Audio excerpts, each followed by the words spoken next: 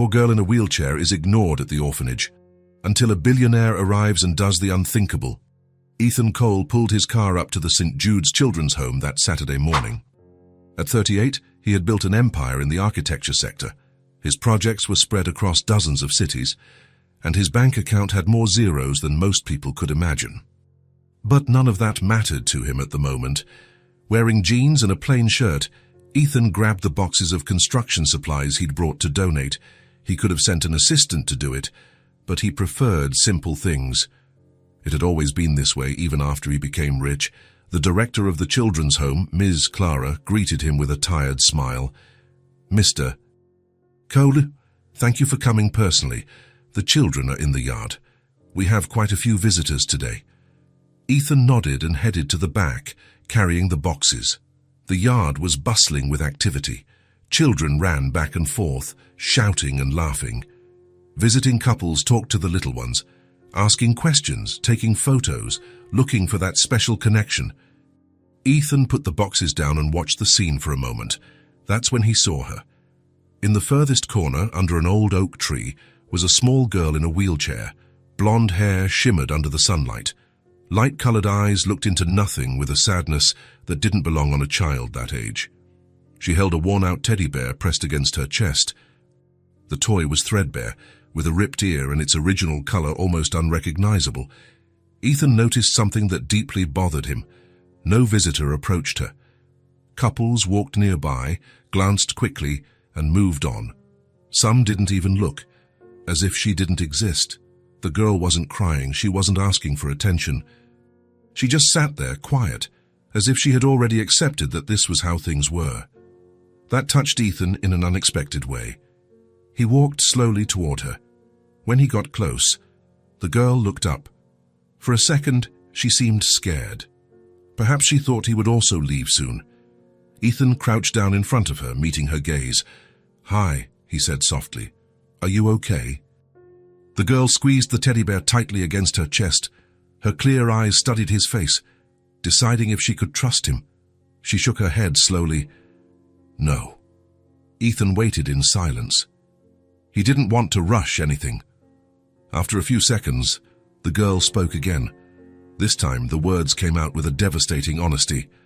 "No one wants to adopt me." Ethan felt as if he had been punched in the stomach. She continued, looking down at the teddy bear. "Everyone leaves, except me." The words dropped like stones. Ethan had closed multi-million-dollar deals, faced difficult investors, and built skyscrapers from the ground up, but nothing had prepared him for the raw pain in that child's voice. He took a deep breath. "You know something," Ethan said calmly. "You are a special girl." The girl looked at him. Her eyes were full of doubt. "No, I'm not," she murmured, looking away. Ethan wanted to say more. He wanted to explain that she was worth more than she imagined, that she deserved to be loved, that any family would be lucky to have her. But he realized that empty words wouldn't change anything right now, so he just remained crouched in front of her, in silence. After a few minutes, Ethan slowly stood up. "What is your name?" "Lily," she answered quietly. "Lily," Ethan repeated, committing the name to memory. "That's a beautiful name." She didn't reply, but something different passed through her gaze. Maybe curiosity, maybe a tiny piece of hope. Ethan took a step back. "It was nice to meet you, Lily," and then he turned and walked away. The rest of the day was impossible. Ethan returned to his office downtown. His office occupied the top 3 floors of a corporate building. It had an incredible view, designer furniture, and a team of 50 employees working on the floors below. But none of that mattered now. He tried to focus on the projects on his desk. He had a luxury resort to review. He had a meeting with investors at 2 in the afternoon. He had contracts waiting for a signature. Nothing worked. The image of Lily alone in that corner wouldn't leave his mind. Her voice echoed non-stop. "No one wants to adopt me. Everyone leaves, except me." Ethan opened the resort blueprints and tried to analyze the technical details, but his mind wandered. He found himself thinking about what it would be like to design a space for a child like Lily, a safe place, full of light. Accessible. Why was he thinking this? He shook his head, annoyed with himself. The 2 o'clock meeting was a disaster. The investors talked for an hour about numbers and projections. Ethan nodded at the right moments, but barely registered half of what was said. His mind was miles away. It was back at the children's home, back to those clear eyes full of resignation. When the meeting ended, Ethan dismissed everyone and locked his office door. He sat in his leather chair and looked out the window, observing the city below. He had built an empire. He had more money than he could spend in 10 lifetimes. He could buy anything, go anywhere, do practically whatever he wanted. But none of that mattered when he thought about that little girl alone. Why was this affecting him so much? Ethan had donated millions to charities over the years. He had visited orphanages before, had seen dozens of children in difficult situations. Why was this girl different? Maybe it was the way she accepted rejection, as if she already knew she didn't deserve to be chosen. As if she had given up before even trying. That was wrong on every possible level. At 5 in the afternoon, Ethan gave up. He grabbed his car keys and drove home, but the entire way was accompanied by the same image. Lily hugging that old teddy bear. His house was enormous, modern, full of technology and impeccable design. He had designed every detail personally. But that night, the place seemed too empty. Ethan tried to work from home. It didn't work. He tried to watch something. It didn't help. He ordered food, but barely touched the plate. When night fell, and he was lying in his king-size bed, staring at the high ceiling of the room, Ethan finally admitted the truth. He couldn't forget that girl. And the worst part, he didn't want to forget. Something had changed that morning, something that no amount of money in the world could buy or explain. Ethan closed his eyes, but all he saw was Lily, alone in that yard, waiting for someone who never arrived. Ethan woke up early on Sunday with the same feeling of restlessness from the night before. He had slept poorly, tossing and turning, waking up several times with the image of Lily alone in that corner of the yard. He got up, went to the kitchen, and made coffee. He stood in front of the window overlooking the city, watching the sun rise between the buildings. He had work piled up, blueprints of a commercial complex waiting for review, emails from important clients. He could use Sunday to catch up on everything, but at 9 in the morning, Ethan was already in his car, driving towards St. Jude's Children's Home. He hadn't planned it. He simply couldn't fight the urge to go back there. He needed to see Lily again. Traffic was light that Sunday. Ethan drove automatically, his mind distant, thinking about her reaction when she saw him. When he arrived at the children's home, the yard was much emptier than the day before. Only a few children were playing outside. No visitors in sight. Ethan parked and went straight to the yard. Lily was there, in the same place as yesterday, under the same old oak tree in her wheelchair, holding the same worn-out teddy bear against her chest. Ethan started walking towards her. Lily looked up and saw him. Her clear eyes widened slightly, surprised, and then something changed completely in her face. Lily smiled. It was a small, shy, almost imperceptible smile. But it was there, real, genuine. Her first smile in this entire story. Ethan felt something stir inside his chest. He continued walking until he reached her and crouched down in front of the chair, meeting her eye level. "Hi, Lily," he said softly. "You came back," she murmured, still with that shy smile on her lips. There was genuine surprise in her voice. "I came back," Ethan confirmed. "Do you mind if I stay here for a while?" She shook her head quickly. "I don't mind." Ethan grabbed a plastic chair that was leaning against the wall and placed it next to Lily's wheelchair. He sat down slowly. This time, he wasn't in a hurry. He was just there for her. They sat in silence for a few seconds. It wasn't an awkward silence. It was peaceful. "What were you doing?" Ethan asked, pointing to her lap. Lily looked down. She had some crumpled papers on her lap and an old pencil next to the chair. "Drawing," she replied quietly. "Can I see?" Lily hesitated.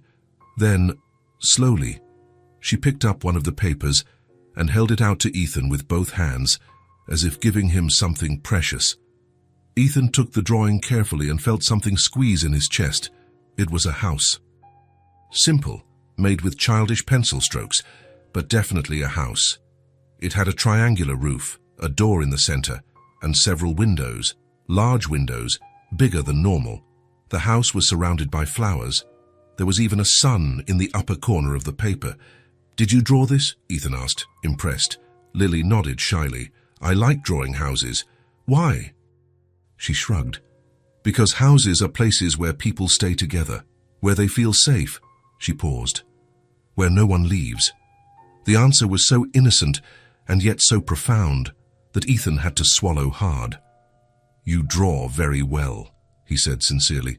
"Those big windows are a great idea. They let in a lot of light." Lily looked up at him, and there was a new curiosity there. "You like houses too?" "I build houses," Ethan explained. "I'm an architect. It's my job to design houses and buildings." Lily's eyes lit up in a way Ethan hadn't seen before. "Really? Really? Every day?" Lily was silent for a moment. Then she picked up another paper and showed it to Ethan. "This one has an upstairs floor," she explained. For the children to sleep away from the noise, Ethan took the paper and examined it carefully. The drawing showed a 2-story house. The proportions weren't perfect, but the intention was clear. "Very smart," Ethan said. 2-story houses are great for big families. Do you have many drawings?" Lily nodded and picked up a small pile of crumpled papers that were hidden beneath the chair.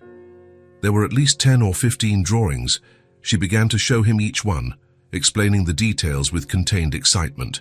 She talked about where the kitchen would be, where the children would play, where the garden would be. Every house had large windows, all of them. Ethan noticed how quietly she spoke, as if she were afraid of being too loud. He paid attention to every word, asking questions, praising the details. And then, suddenly, Lily stopped talking. "Sorry," she said quickly, looking down. Ethan frowned. "Sorry for what? For talking so much," Lily murmured. "I didn't want to bother you." Ethan felt something clench in his chest. "Lily, you are not bothering me. Why do you think that?" She shrugged. "Because people don't like it when I talk a lot." "Who said that?" Lily was quiet for a moment. "No one said it, but I noticed." She looked at him with those clear eyes full of sadness. "When I talk, people get in a hurry, or they look somewhere else, or they leave." Ethan felt a rage swell inside him. Not at Lily, never at her, but at every person who had made that child believe her voice was a nuisance. "Lily, look at me," he said gently, but firmly. She lifted her clear eyes. "I like hearing you talk. You can talk as much as you want. Your drawings are incredible. Your ideas are interesting. You don't have to apologize for anything, okay?" Lily blinked a few times, trying to process those words. "Really?" she asked in a thread of a voice. "Really?" Ethan confirmed. "I promise." She smiled again. This time the smile was a little more open. Ethan spent the next hour talking with Lily.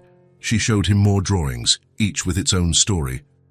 She told him about the other children at the home, about who was nice and who wasn't. She talked about Mrs. Clara, who was kind but always busy, about the teddy bear she had been given years ago. "His name is Mr. Bear," Lily explained, showing him the worn toy. "Creative name, right?" Ethan smiled. "I think it's perfect." Lily giggled. It was a low, almost shy laugh, but it was real. And then, as she put her drawings away, she said something that broke Ethan's heart. "You know, I don't understand why no one wants me." The way she said it was so natural, so devoid of self-pity, that it was even worse. It was just an observation, a fact she had accepted. "I try to be good," Lily continued, looking at her hands. "I don't make messes, I don't scream, I stay quiet. But people look at me and they leave." She paused. "I think it's because of the chair. People don't want a daughter who can't walk." Lily, "It's okay," she said quickly. "I'm used to it. Ms. Clara said that someday someone will want me." But I think she just said that so I wouldn't be sad. Ethan didn't know what to say.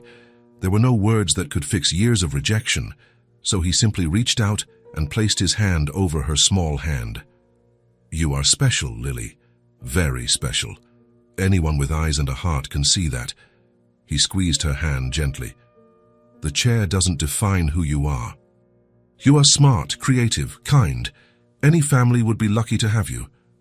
Lily looked at him with those clear eyes full of doubt, but also with a tiny bit of hope. "You really think so?" "I am absolutely sure." Lily smiled again. This time, the smile lasted longer, and her fingers squeezed Ethan's hand back. They continued talking. Ethan asked questions about what she liked to do besides drawing. Lily talked about how she liked listening to stories, about how Miss Clara sometimes read books to the children before bedtime. She spoke slowly, still apologizing occasionally, always checking if Ethan was still paying attention. But Ethan didn't leave. He stayed there, sitting beside her, listening to every word. At some point, Lily asked, "Do you have children?" Ethan blinked. "No, I don't." "Why?" He thought for a moment. "I guess I never found the right time. I've always been too busy with work." Lily nodded slowly. "You would be a cool dad," she said simply. Ethan felt something stir inside his chest, a feeling that was growing with every passing second he spent with that girl. When it was finally time to go, Ethan slowly stood up. "I have to go now, Lily." She tried to hide the disappointment, but Ethan saw it. "That's okay," she said quietly, hugging Mr. Bear. "But I'll be back," Ethan quickly added, crouching down to her level. "Can I come back?" Her eyes lit up. "You can, really. Really, I want to keep seeing your drawings." Lily smiled again. "See you later, Lily." "See you later, Ethan." He walked to the car with a different weight in his chest. It was something profound, something he hadn't felt in a long time. The entire drive back, Ethan couldn't stop thinking about Lily. He thought about the way she apologized for everything, as if she was afraid to exist and take up space, as if she had learned to make herself small so as not to bother anyone. He thought about how she talked about rejection with an acceptance that no 6-year-old child should have. He thought about the shy smile when she saw him arrive. He thought about the drawings of houses, all with large windows letting the light in. Houses where people stayed together, where no one left. When he got home, Ethan went to the office. He sat in his chair and stared at the wall for a long time. That child deserved more. She deserved a family, a home, someone who would make her feel that she didn't need to apologize for existing. Ethan spent the entire night thinking. He walked through the enormous house, through the empty hallways, looking at the rooms that were never used. He tried to imagine what it would be like to have Lily there. The house suddenly seemed too big, too empty. Was he crazy? He was single. He had never been married. He worked 60 hours a week. He traveled frequently. He had zero experience with children. But none of that seemed to matter when he thought about her face, about those clear eyes full of fragile hope. At 3 a.m, Ethan was still awake, sitting on the balcony, looking at the city below. He wanted to protect that child. He wanted to give her everything she deserved. He wanted to see her smile without fear, draw without apologizing, talk without thinking she was being a nuisance. He wanted to be the person who stayed, who didn't leave. It was a crazy decision, impulsive, completely out of character for him, but it was the most certain decision he had ever made. On Monday morning, Ethan woke up with a clarity he hadn't felt in years. He had barely slept, but he was completely alert. He knew exactly what he needed to do. At 8 o'clock sharp, he picked up the phone and called the children's home. The phone rang 3 times before someone answered. "St. Jude's Children's Home, Clara speaking." "Clara, good morning." "It's Ethan Cole." "Mr. Cole, good morning. How can I help you?" Ethan took a deep breath. "I would like to talk about the adoption process." There was a pause on the other end of the line. "Adoption?" Clara repeated, surprised. "Yes. I would like to start the process to adopt Lily." Another pause. Longer this time. "Mr. Cole, that is wonderful news," Clara said, and Ethan could hear the genuine emotion in her voice. "But I need to explain that the process is long. There are psychological evaluations, background checks, home visits, paperwork." "I understand," Ethan calmly interrupted. "I'm willing to do everything necessary. How long does it usually take?" "It can take a few months, sometimes longer," Clara explained. But for someone like you with proven financial stability and no record, the process can be faster. What do I need to do first? We need to schedule a meeting. There are forms to fill out, initial interview. Clara paused. Mr. Cole, may I ask what led you to this decision? Ethan looked out the window. Lily is a special child. She deserves a family, and I want to be that family for her. He could hear Clara smiling on the other end. That is incredible. Lily is one of the sweetest children who has ever been here. But, well, you saw, people are afraid because of the wheelchair. The chair is not a problem for me, Ethan said firmly. I know. I realized that on Saturday when I saw you with her. They talked for 20 more minutes. Clara explained each step of the process, the documents he would need to gather, the evaluations he would face.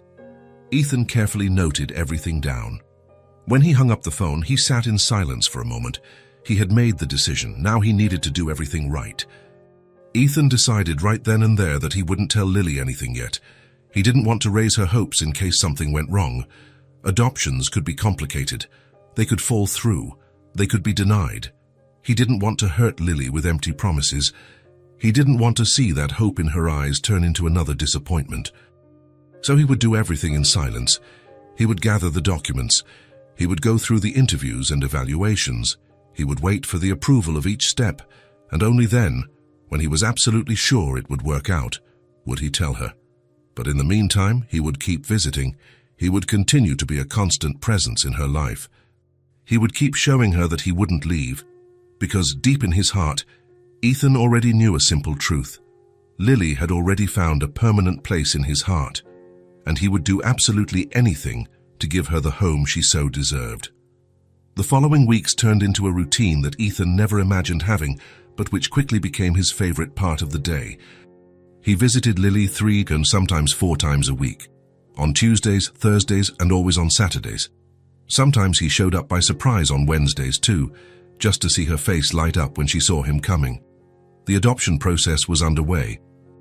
Ethan had filled out mountains of paperwork, gone through 2 long interviews with social workers, and his house had already been inspected. Everything was going well, better than he expected. But he still hadn't told Lily anything. He wanted to wait until he was absolutely sure, until he held the final document in his hands. Only then would he tell her. Meanwhile, he was building something more important than any official paper: trust. It was a Thursday afternoon when Ethan arrived at the children's home and saw something different. Lily wasn't under the oak tree. She was near the patio door, in her wheelchair, with Mr. Bear on her lap, looking toward the entrance, waiting. When she saw him, her face completely lit up. "Ethan," she called, waving her small hand. Ethan felt something warm spread through his chest. She was waiting for him, truly waiting. He walked up to her and crouched down. "Hi, Lily. Were you waiting for me?" She nodded enthusiastically. "I knew you were coming today. You always come on Thursdays." Ethan smiled. She had noticed the pattern of his visits. She was paying attention. "I brought something for you," he said, taking a new drawing pad and a box of colored pencils from his backpack. Lily's eyes widened. "For me? Just for you?" She took the pad with both hands, as if it were the most precious thing in the world. She ran her fingers over the smooth cover. "Thank you," she whispered, hugging the pad to her chest. "Shall we draw together today?" Ethan asked. Lily nodded with such excitement that he chuckled. They sat down in their usual spot, under the oak tree. Ethan grabbed his own plastic chair and settled next to her. Lily opened the new pad carefully, as if afraid to spoil it. She chose a blue pencil from the box and began to draw. Ethan picked up a paper and started making a sketch too. Nothing too elaborate, just a simple house. Lily stopped drawing for a moment and watched his work. "You draw fast," she commented. "Many years of practice," Ethan explained. "But you also draw very well." They continued in comfortable silence for a few minutes, each focused on their own drawing. Then Lily asked something that made Ethan stop. "How do you make a house be born?" Ethan looked at her. She was looking at his drawing with genuine curiosity. "What do you mean, be born? Like, how do you make a house come out of nowhere and become real?" Ethan thought for a moment, choosing the right words. I start with an idea, just like when you start a drawing. First, I think about what the house needs to have. How many rooms, where the kitchen is, where the light comes in. Then I draw all of that on paper, and then other people help build it for real. Lily processed that in silence. So houses are born from people too? Ethan smiled. What a beautiful question. They are born from their hearts, he answered softly. Every house I design starts with what the person needs, what they dream of. So yes, they are born from hearts. Lily smiled and returned to her drawing, but Ethan noticed that she was drawing more carefully now, paying more attention to the details. Ethan, she called after a few minutes. Yes? Can you teach me to draw a real house, like the way architects do? Of course I can. Ethan grabbed a clean sheet and started drawing slowly, explaining each line. Lily watched with full attention, asking questions about every detail. Why is this wall thicker? Because it holds the weight of the upstairs floor. And why is the window here? To let the morning light into the bedroom. Lily absorbed everything like a sponge. When Ethan finished the basic drawing, she took her own paper and tried to copy it, using the techniques he had shown her. The result wasn't perfect, but it was much better than her previous drawings. It had more structure, more thought. That's incredible, Ethan said with genuine pride. Lily looked at her own drawing and smiled. It was a smile full of accomplishment. Thank you for teaching me. Thank you for wanting to learn. As the weeks passed, Ethan noticed subtle but important changes in Lily. She spoke more, without apologizing for every sentence. She laughed more, low but genuine sounds. She asked more questions, about architecture, about his job, about the world outside the children's home. And, most importantly, she was starting to truly trust him. It was on a Tuesday that it happened. Ethan was showing Lily photos of a recent project on his tablet when she asked, Ethan, are you going to stop coming one day? The question was so direct, so vulnerable, that he felt his heart clench. He put the tablet down and looked directly at her. Why do you ask that? Lily shrugged, fidgeting with Mr. Bear's fur. Because everyone stops. People come and stay for a while, and then they stop. It's always like that. Lily, look at me. She lifted her clear eyes. I am not going to stop coming, I promise. You can trust me. But what if you get busy? What if you get tired? I won't get tired, Ethan said firmly. You are important to me. Very important. Lily studied his face for a long moment. As if she were looking for signs of a lie, she found none.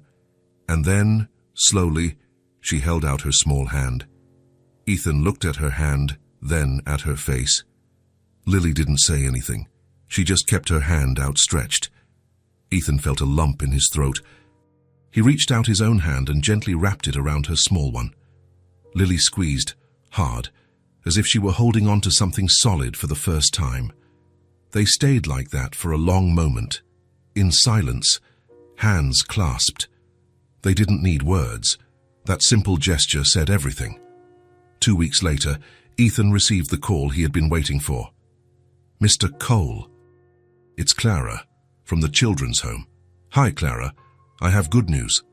The final evaluation has been approved. The process is complete. You have been officially approved for the adoption. Ethan closed his eyes, feeling the relief wash over him. When can I pick her up? We can schedule it for 1 week from now. That gives you time to prepare everything, and for us to complete the final paperwork.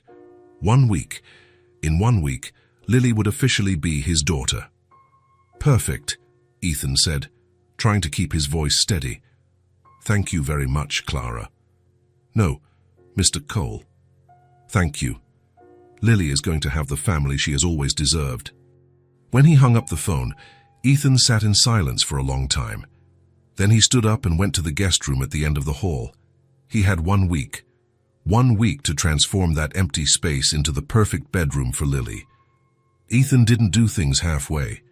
He hired a small trusted team and started working, but he didn't delegate anything important. He chose every detail himself, thinking of Lily with every decision. First, the bed, it had to be low, accessible, so she could get out of her wheelchair and into bed alone without needing help.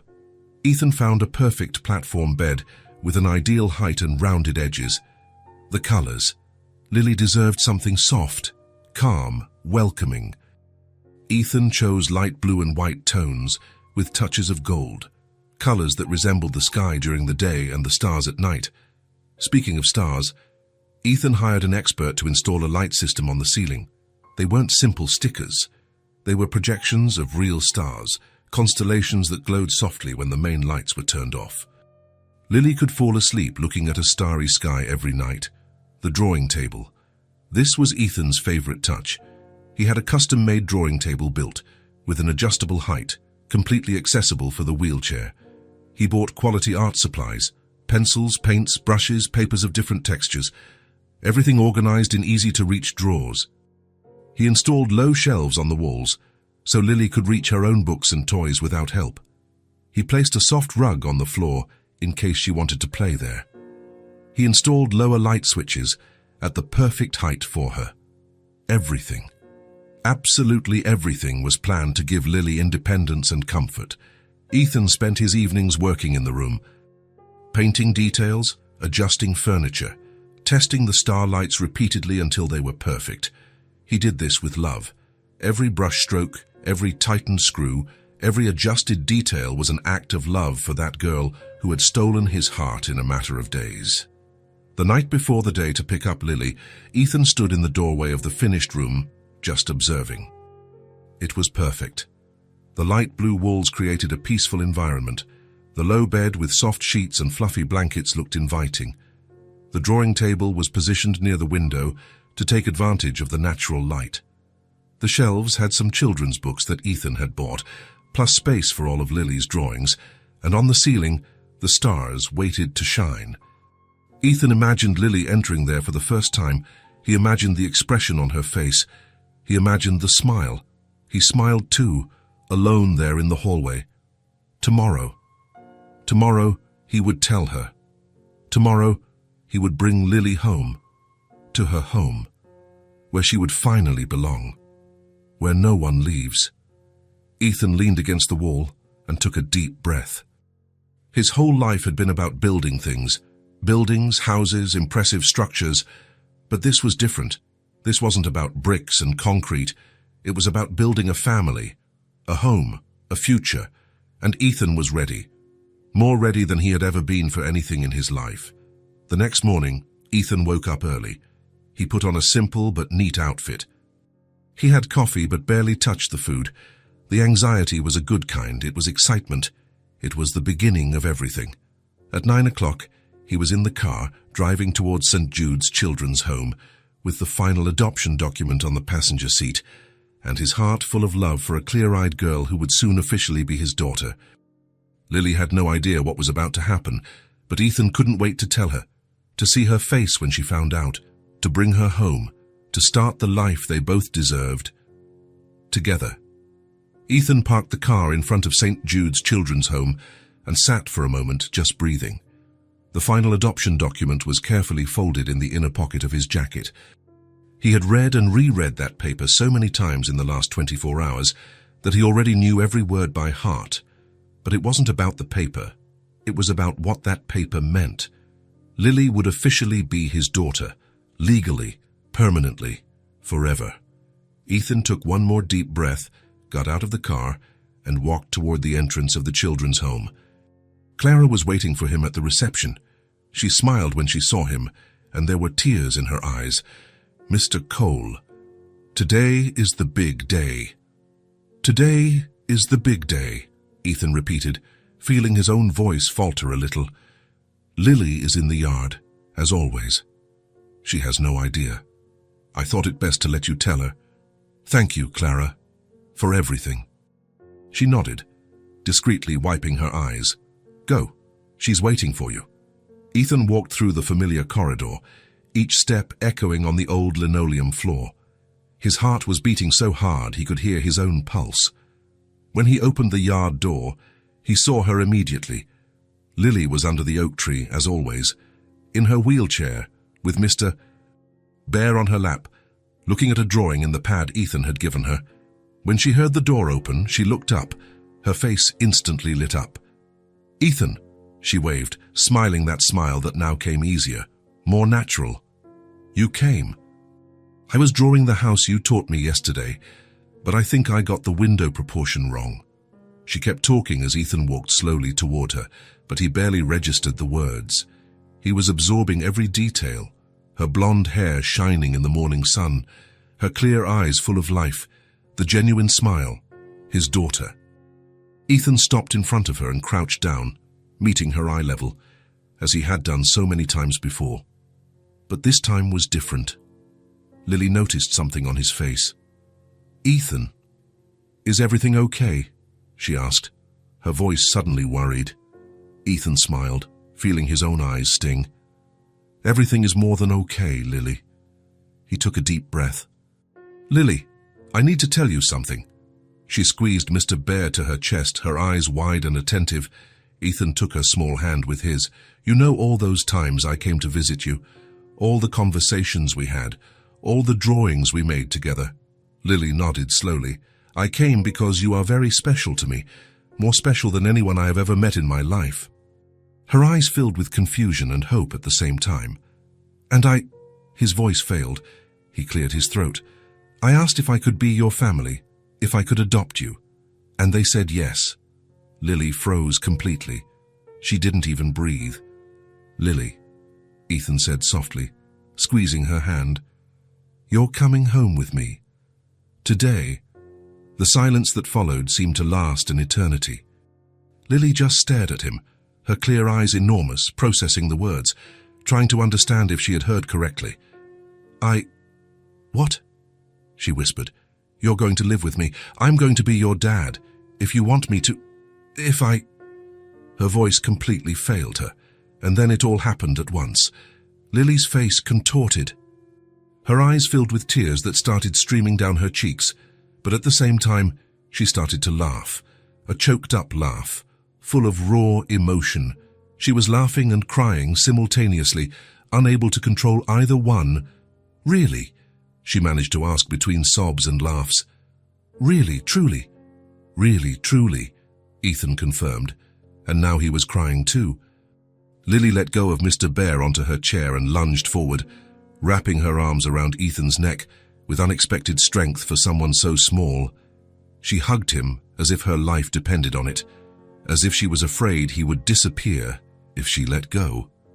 Ethan wrapped her in his arms, lifting her from the chair and holding her against his chest. She was so light, so small, but the hug was so strong. "You won't leave?" Lily cried against his shoulder. "Do you promise you won't leave?" "I promise," Ethan said with a choked voice. "Never.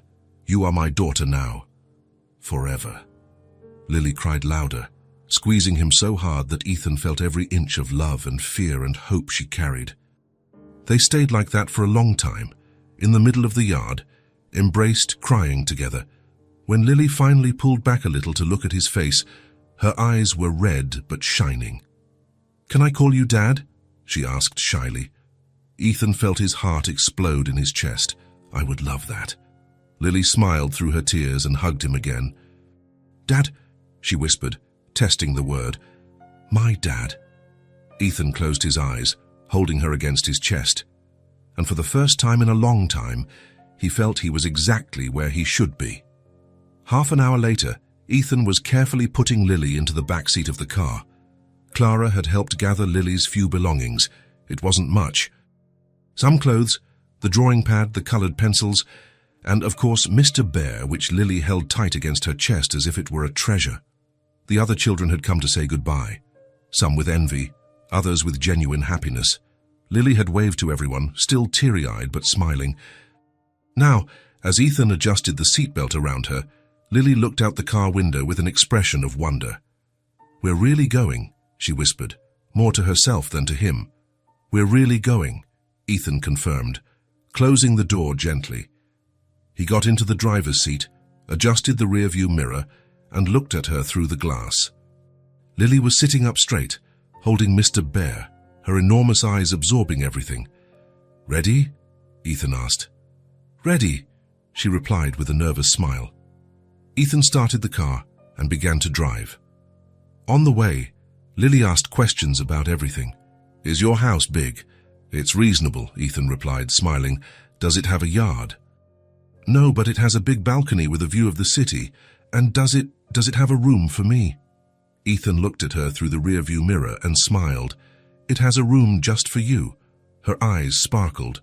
"A whole room just for me." "A whole room just for you." Lily squeezed Mr. Bear to her chest and smiled out the window. As they approached the house, Ethan felt the anxiety grow. What if she didn't like it? What if it was too much? What if he had overdone it? But when he parked in the building garage and helped Lily back into her wheelchair, she looked at everything with fascination. "Is this it?" she asked when they got into the elevator. "This is it. On the 14th floor." She read the number on the panel. "On the 14th floor. Wow," she whispered. When the elevator opened and Ethan pushed the chair down the hall to the apartment door, Lily was in total silence, just watching everything closely. Ethan opened the door and pushed her chair inside. Lily stood motionless in the entrance, looking around with her mouth slightly open. The apartment was spacious and modern. Huge windows let the sunlight stream in, illuminating everything. The floor was light wood, completely smooth and accessible for the wheelchair. The furniture was simple but elegant. "It's big," Lily whispered. "Want to see the rest?" Ethan asked gently. She nodded, still a little stunned. Ethan led her through the living room, through the kitchen, showing her every space. Lily touched things carefully, as if she were afraid of breaking something. "Is all this yours?" she asked. "Ours," Ethan corrected. "It's ours now." She smiled at that. Finally, Ethan stopped in front of the door to her room. His heart was beating fast. This was the moment. "Lily," he said softly, "I have one thing I want to show you." He opened the door slowly.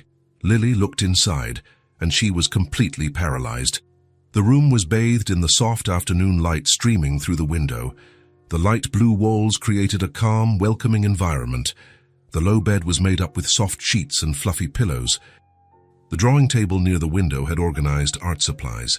The shelves had books and space for drawings, but Lily wasn't looking at any of that yet. She just looked at the room as a whole, trying to process it. Ethan pushed her chair inside slowly. "Is it for me?" Lily asked with a voice almost inaudible, broken by emotion. "Just for you," Ethan replied gently. Lily covered her mouth with her hands. Tears started to fall again. Ethan crouched beside the chair. "Everything here was made thinking of you. The bed is low for you to reach it alone. The table is adjustable. The shelves are at the right height. Everything is accessible." Lily couldn't speak. She just looked at everything, tears running freely down her face. Slowly, she let go of Mr. Bear onto her lap and reached out to touch the bed. Her fingers ran over the soft fabric of the blanket. Then she touched the drawing table, the organized pencils, the books on the shelf. Every touch was delicate, reverent, as if she couldn't believe all of this was real. "Ethan," she finally whispered. "It's the most beautiful room I have ever seen in my life." "There's one more thing," Ethan said with a smile. He went to the switch and turned off the main lights. Immediately, the ceiling lit up with hundreds of small, bright stars.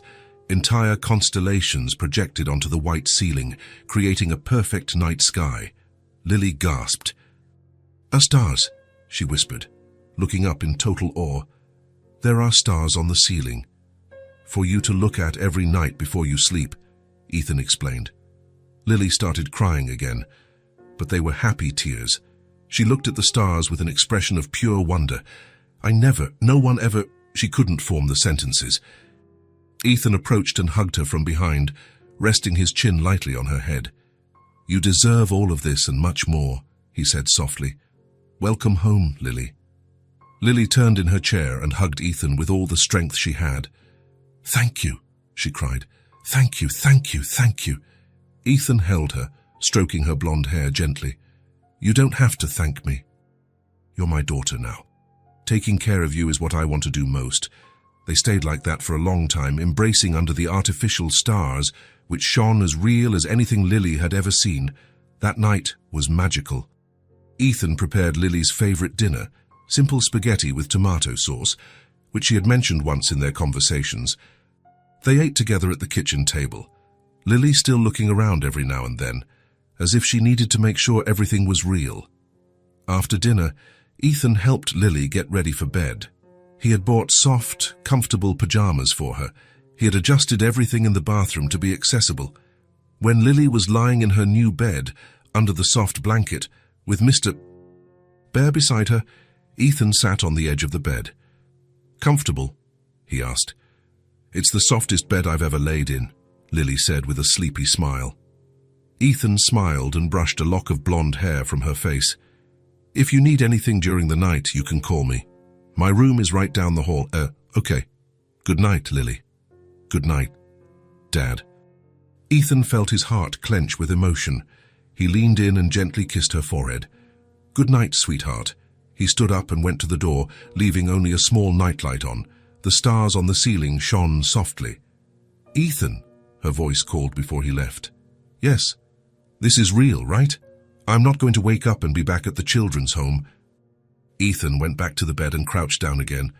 "It's real. You are home. You're home. And you'll be here tomorrow morning, and the day after tomorrow, and every day after that." Lily smiled, finally completely relaxing. "Thank you for choosing me," she whispered. "Thank you for letting me be your dad," Ethan replied. Lily closed her eyes, holding Mr. Bear against her chest. Ethan stayed there for a few more minutes, just watching her fall asleep, watching her face completely relax, without tension, without fear, just peace. When he finally left the room and closed the door slowly, he leaned against the hallway wall and took a deep breath. She was home. Lily was finally home. And Ethan had never felt so complete in his life. That night in their respective rooms, both Ethan and Lily slept better than they had in years. Lily, under the artificial stars that shone softly on the ceiling of the room that was all hers.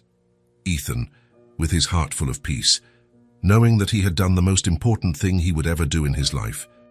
He had given a home to a child who deserved to be loved, and he had gained a daughter who filled his life with purpose and meaning. A complete family, finally united, forever. Lily's first morning in her new home began before the sun. She woke up in a silence that wasn't empty, but rather soft. She blinked, and her eyes focused on the ceiling. Stars. A private night sky shone softly above her. For a second, cold panic hit her. What if it was a dream? What if she truly woke up and was back at St. Jude's, on the hard cot, with the smell of disinfectant? But then she heard it. The low sound of metal on ceramic, the bubbling of a coffee maker, and a smell, a sweet, warm smell that she didn't recognize. It wasn't a dream. The bed was low, just as Ethan had promised. With an effort that became smaller every day, she wheeled herself into the wheelchair. The wooden floor was smooth and perfect, and she rolled silently down the hallway, following the sound and the smell.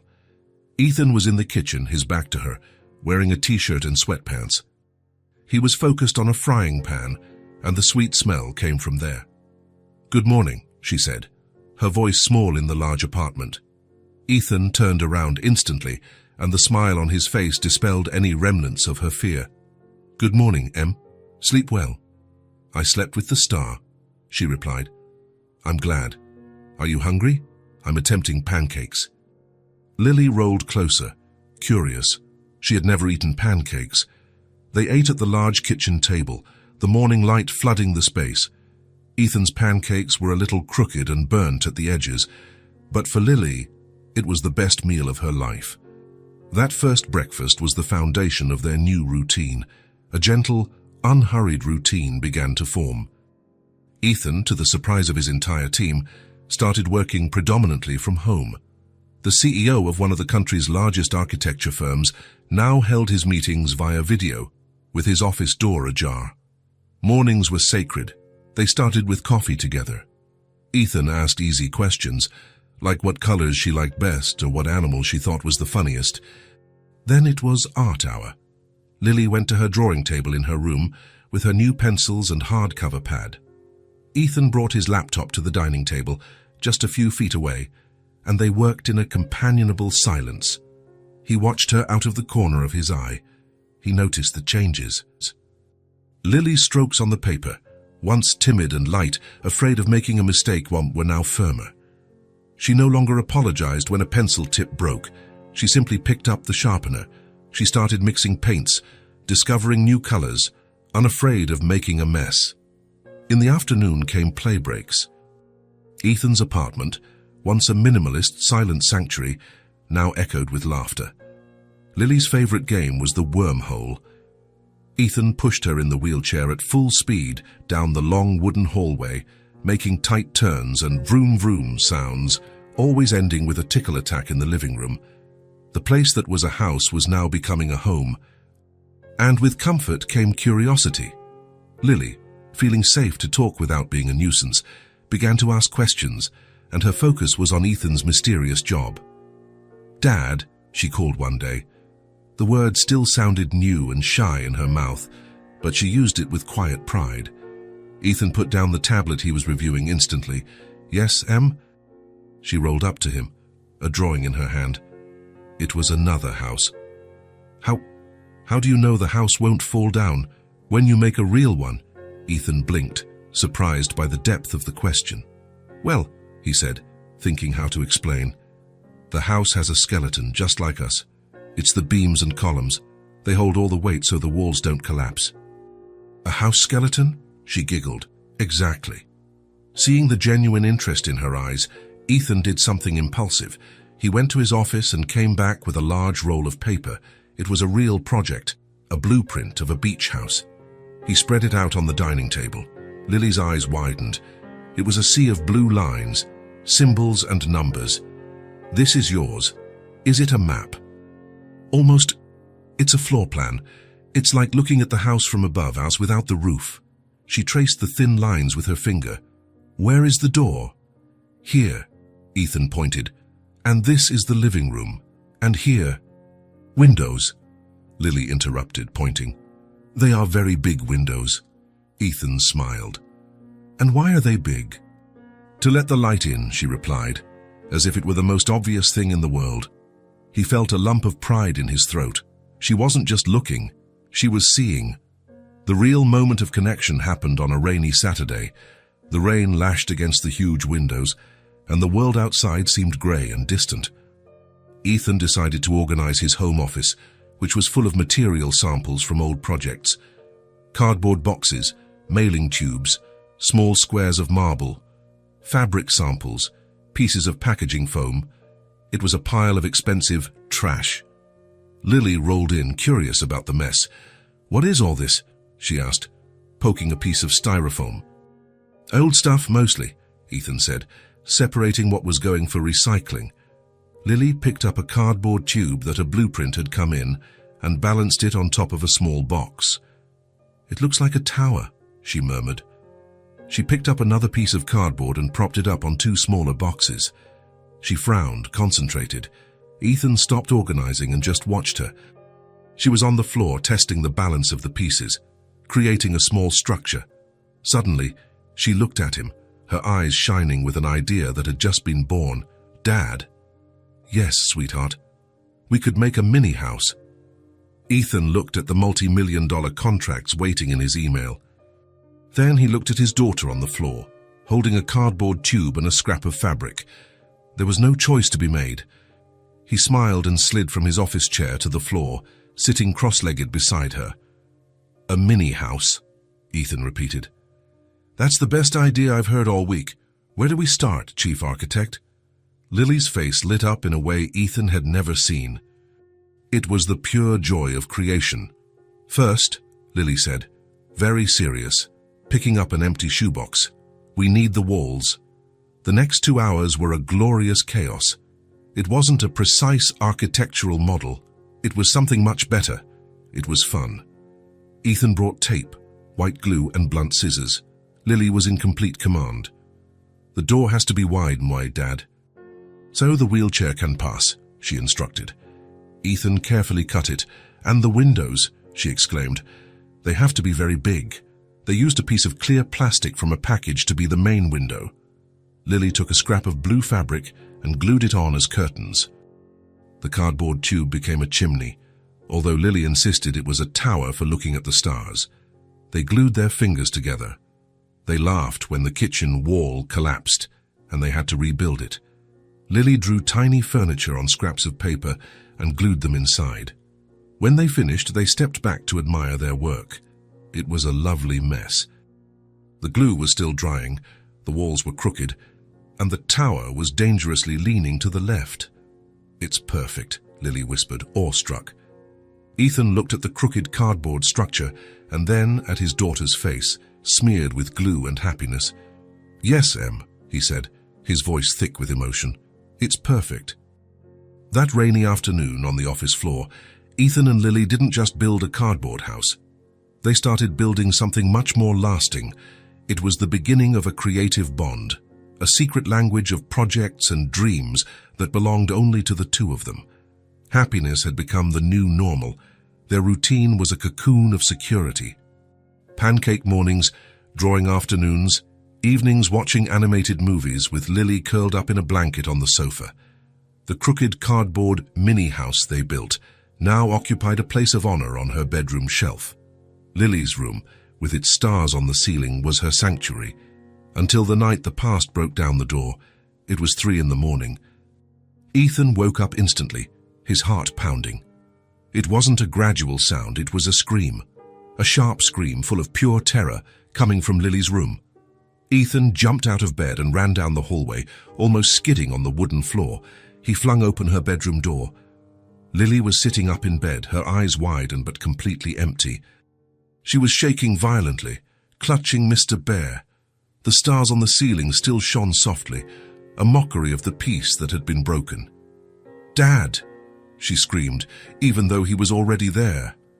"Lily! I'm here!" He ran and sat on the bed, wrapping her in his arms. She was drenched in cold sweat. She grabbed him, burying her face in his chest, trembling so hard that her teeth chattered. "What is it? A nightmare? You're safe. You're home." She couldn't speak, just sobbed. But it wasn't a cry of sadness. It was a cry of panic. It took 20 minutes for her to stop shaking. Ethan held her the whole time, gently rocking her, telling her it was okay. "What did you dream of, Em?" She shook her head against his chest. "I don't know. It wasn't a dream. It was noise." "What noise?" "Very loud. And lights, white and red lights, flashing. And smell." She sniffled. "Smoke smell." Ethan felt a chill. "It's okay now. It was just a bad dream." But it wasn't. It happened again 3 nights later. This time, he heard her scream about glass, and again the following week. Lights, noise, smoke, and a feeling of total darkness, of being trapped. The third time, as Ethan was comforting her, Lily looked at him, her clear eyes filled with a terrified confusion. She didn't look like a 6-year-old. She looked like an old soul holding a secret that even she didn't know. "Dad," she whispered, her voice hoarse from crying so much. "Yes, sweetheart. Did something bad happen to me?" Ethan stopped rocking her. He looked her in the eyes. "What do you mean?" Before the children's home. I don't remember anything from before, but in my dreams, and it hurts. There's something bad. Did it happen?" Ethan felt the floor disappear. He had been so focused on building her future that he had never stopped to investigate her past. He adopted her because he saw her, because he loved her. He didn't know where she had come from. He didn't know why she was in a wheelchair. He never asked, and she was too small to tell. He kissed her forehead. "I don't know, Lily, but I will find out. I promise." The next day, Ethan drove to St. Jude's. He looked calm on the outside, but inside a cold anger grew, not at Lily, but at the world that had allowed her to suffer alone for so long. Clara greeted him at the reception, surprised. "Mr. Cole, good to see you. Is Lily all right?" "She's having nightmares," Ethan said, getting straight to the point. "Clara, I need to know how she got here. I never asked for the details. I need her complete file." Clara's tired smile disappeared. She nodded solemnly. "I thought the social workers had explained, but the process was so fast. Come with me." She led him to the archive room. She pulled out a thin, yellowed folder with the name Lily handwritten on it. She opened it on the desk. Ethan started reading, and his world crumbled. It wasn't a long story. It was a short, brutal police report. Date, 3 years ago. Victim 1, driver, and Victim 2, passenger, deceased at the scene. Victim 3, Lily, 3 years old, found trapped in the back seat, cause of accident, high-speed frontal collision. There were photos. Ethan looked away. He read the medical report attached. The collision, the impact, the spinal cord injury, paraplegia. She was 3 years old. She survived an accident that instantly killed her parents and woke up alone in a hospital, unable to feel her legs. The white lights, the headlights of the other car, the noise, the metal twisting, the breaking glass, the red lights, the sirens of the ambulance and police, the smell of smoke, the destroyed engine, the darkness. Her, trapped, alone in the wrecked car. They weren't nightmares, they were memories. Ethan closed the folder. He was pale. She was too small to process it, Clara said softly. She stopped speaking for 6 months. When she arrived here, all we knew was her first name. The trauma blocked out the rest. Ethan drove home, the weight of that folder heavy in his heart. He found Lily drawing at her table. Sunlight streamed through the window, illuminating her blonde hair. She looked so peaceful. He sat beside her, in the small chair he now kept there. "Hi, Dad. Hi, Em." He waited for her to finish the stroke she was making. "Lily, remember you asked me if something bad had happened to you?" She stopped drawing. She squeezed the pencil hard. "Yes. I went to find out for you, because you don't need to be afraid of things you don't understand." Ethan took a deep breath, searching for the kindest words that existed. "When you were very, very little, Em, you had a mommy and a daddy, before the children's home." Her eyes widened. "I did, you did, and they loved you very much. One day, the 3 of you were together in a car, and there was an accident. Lily froze. It was very fast. And your parents, they were badly hurt. They didn't make it, Lily." He watched her face, searching for any sign of recognition. There was none. Only confusion. "And you got hurt too," Ethan continued, gently. "It was in that accident that your legs stopped working. That's why you used the chair." He reached out and touched her arm. "Your nightmares, Em, the lights, the noise, the smoke, and they are just memories. It's your body remembering something your head was too small to understand. It's nothing that can hurt you now." Lily was silent for a long time. She looked at the unfinished drawing of the house in front of her. Tears began to stream down her face, but she wasn't in a panic. It was a different kind of crying, a slow, mournful cry. She turned to Ethan, her clear eyes flooded. "You know what's the saddest, Dad?" His voice cracked. "What, sweetheart?" "I tried just now, but I don't remember them. I don't remember what my parents looked like. That broke Ethan." He didn't say anything. He just lifted her from the wheelchair and pulled her onto his lap, holding her tightly against his chest. She buried her face in his shoulder and cried. She cried for the first time, not out of fear but out of loss. He stroked her hair, rocking her as he had on the night of the nightmare. "It's okay not to remember, Lily. It's okay. But I wanted to. I know. He held her until the sobs subsided. Then he pulled her back a little so he could look into her eyes. "You don't have to be afraid of this anymore. You don't have to keep this to yourself anymore. I'm here now. You'll never carry this alone again." Lily hugged him back, and for the first time since Ethan met her, she seemed whole. The pain had a name, and now she had someone to share it with. Revealing the truth about Lily's past was like draining a wound. It hurt. It was terrible. But it was the only way to truly begin to heal. The nightmares didn't disappear overnight, but their power lessened. When she woke up shaking from the ghostly smell of smoke or the sound of breaking glass, Ethan was there. He no longer said, "It was just a bad dream." He hugged her and said, "It was just a memory. It's over. You are safe. I'm here." And every time he said it, she believed it a little more. The darkness of the past was finally giving way to the light of the present. With healing came the next logical step. Their life inside the apartment was a wonderful cocoon, but Lily needed the world, and the world needed to know her. The first step, school. For Ethan, building an 80-story skyscraper was less stressful.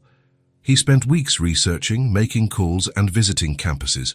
He didn't just want a school that would accept Lily's wheelchair. He wanted a school that would celebrate her.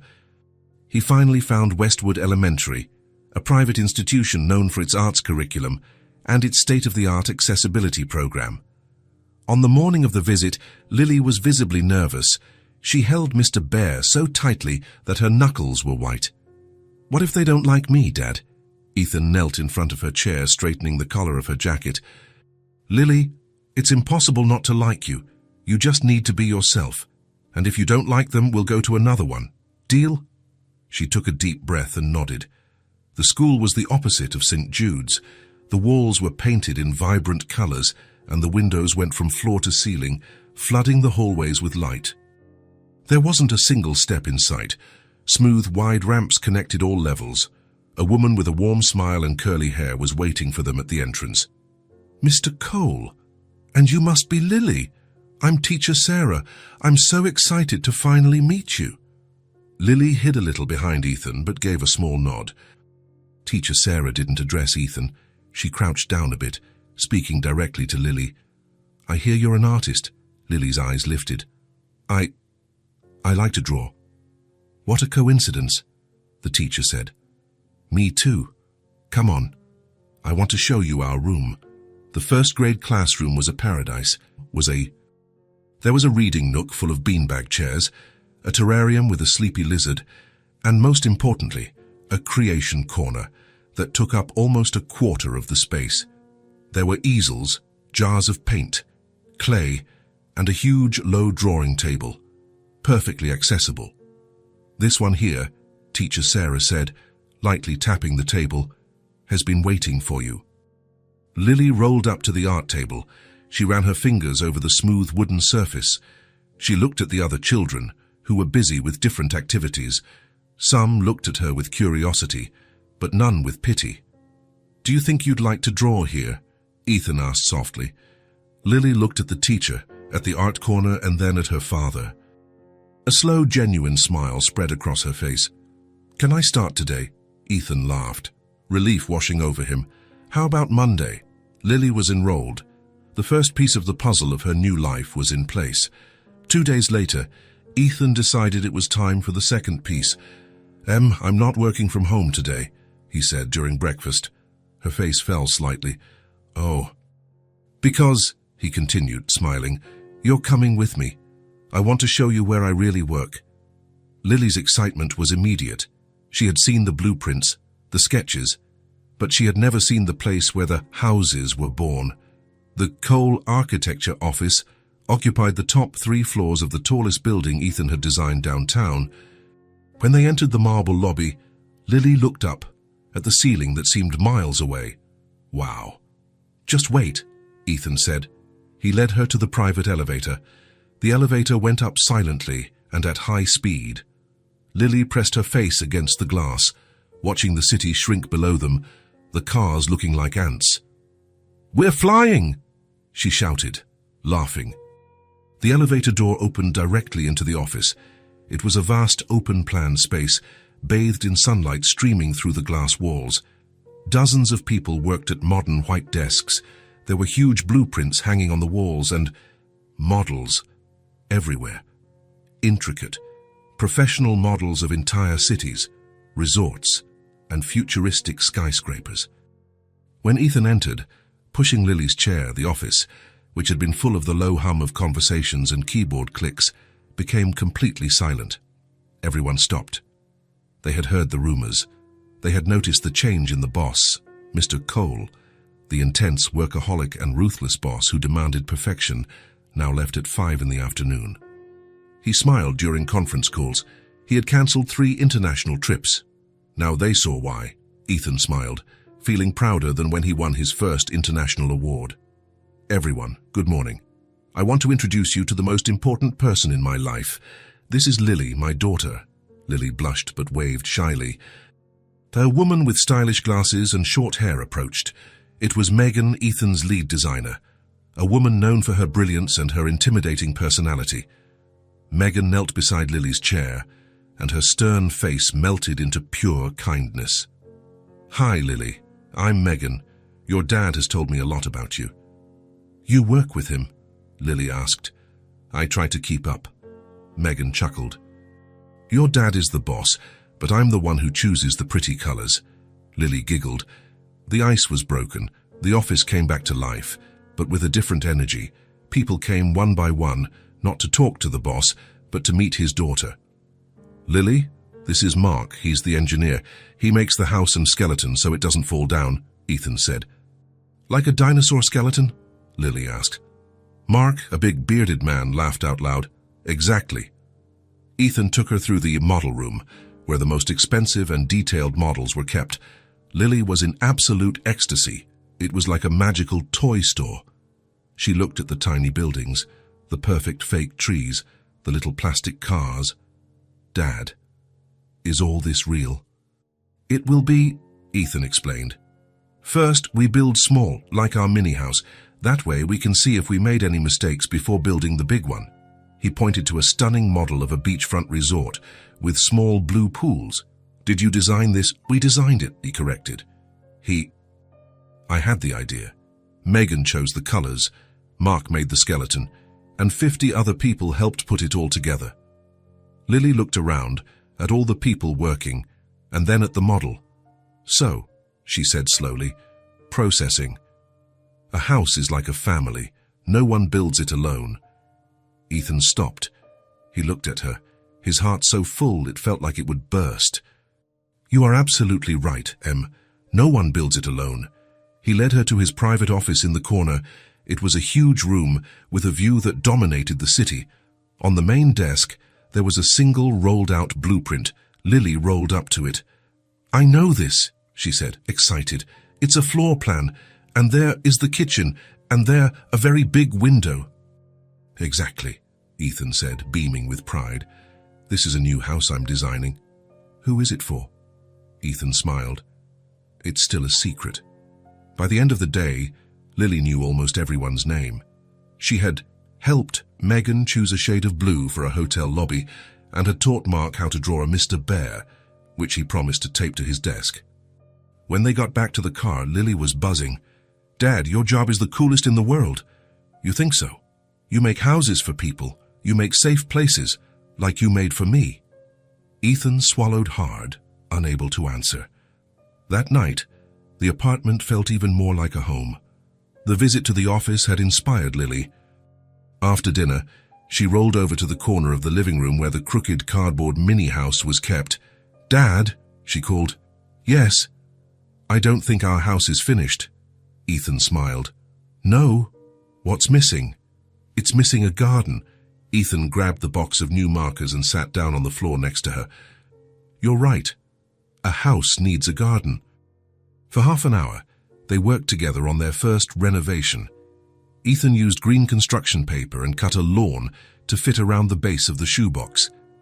Lily, with a surgeon's concentration, picked up the colored markers. She started drawing flowers, small red flowers, white daisies, and clumps of blue blooms. She drew a stone path leading up to the front door, which Ethan had cut wide enough for an imaginary wheelchair. When she finished, the cardboard house was transformed. It was cheerful. "Now it's done," she said, satisfied. Ethan looked at the small masterpiece, the crooked glue, the sloping shoebox walls, the cardboard tube chimney, and now the vibrant garden. It was, honestly, the best thing he had ever built. He picked up a black marker, one he used to sign multi-million-dollar blueprints. "Just one more thing is missing," he said. With his precise, elegant handwriting, on the roof of the box, he wrote, "Ethan and Lily's home." They stood in silence, just looking at it. The school, the office, the home, the past resolved. The future beginning. Everything was there in that crooked cardboard box. Lily turned to him. Her eyes were shining. But they weren't the tears of fear or sadness he knew so well. They were tears of pure happiness. She leaned out of the chair and threw herself into his arms. Ethan caught her, hugging her tightly. She buried her face in his shoulder and whispered words he would never forget. "I'm proud to be your daughter." Ethan closed his eyes, a solitary tear escaping and falling onto her blonde hair. He squeezed her a little tighter, feeling her slight weight in his arms, the weight that had become the center of his universe. "And I'm proud to be your dad, Lily," he replied, his voice thick with emotion. "I am so proud to be your dad." The following months solidified the foundations of that new family. Daniel and Lily's life found a rhythm. It wasn't a rigid routine, but a soft melody of moments that fit together. Mornings began with pancakes. Ethan, who once barely knew how to turn on the stove for anything but coffee, was now a proud master of making them perfectly round. They ended with the trip to Westwood School. Lily, who at first hid behind her father's chair, now rolled down the hallways with confidence, shouting "Good morning" to teacher Sarah and heading straight for the creation corner. Her drawings, once small and timid, now exploded with color and took up the entire page. Ethan had rearranged his entire life. Cole architecture was still his empire, but now he governed it differently. International trips were delegated. Meetings that stretched into the night were rare. His team, who at first found the new Mr. Cole, who smiled and kept regular hours strange, now respected him even more. He left the office promptly at 4 in the afternoon, because the afternoons were sacred. There was physical therapy, a hard work that Lily faced with a determination that surprised Ethan. It was the strong skeleton exercise, as she called it, and she celebrated every victory. And there was talk therapy, where, with the help of a gentle psychologist, Lily learned to turn the scary memories of smoke and glass into stories that could no longer hurt her. And, of course, there was playing. The cardboard mini-house, kept like a trophy, had already undergone 3 renovations, and now included a garage made from a tissue box. The wormhole in the main hallway of the apartment was a daily tradition that usually ended with both of them laughing breathlessly on the living room floor. The nightmares had become distant ghosts. The stars on Lily's ceiling were now just pretty lights, a private sky that promised peaceful dreams, not a refuge from fear. She was healed. She was safe. She was home. The change was so subtle that Ethan almost didn't notice it. It was on a bright, warm Saturday morning, the kind of day that pulled the city outside.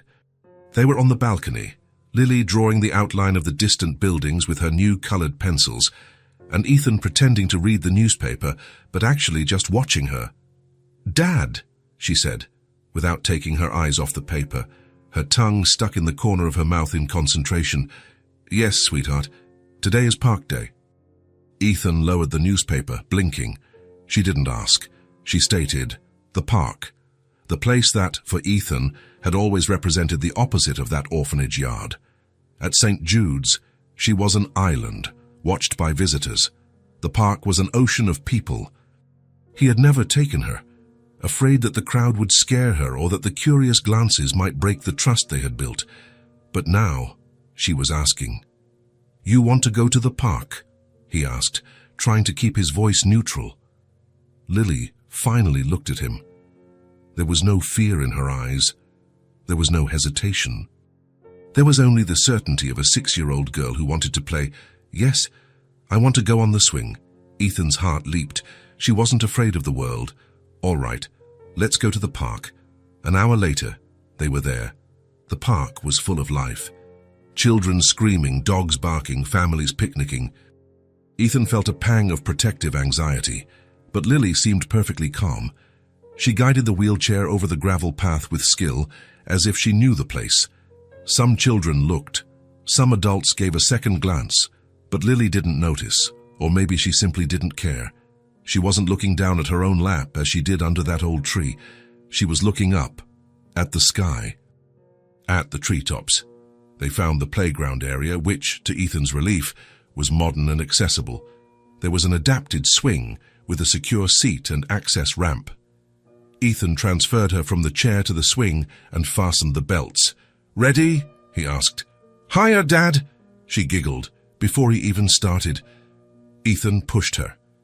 Slowly at first, then harder, as she asked. Lily threw her head back and closed her eyes, her blonde hair flying with the movement. The afternoon sun hit her face, and she smiled. A pure, open smile. She felt the wind on her face. It was the wind of freedom. She wasn't the girl in the wheelchair. She wasn't the orphan. She was just Lily. A girl on a swing, flying as high as she could. Ethan stopped pushing and just watched. He thought about that first day at the children's home, the silent sadness that had broken him. And he looked at her now, radiant as the sun itself, and knew that she was complete. And so was he.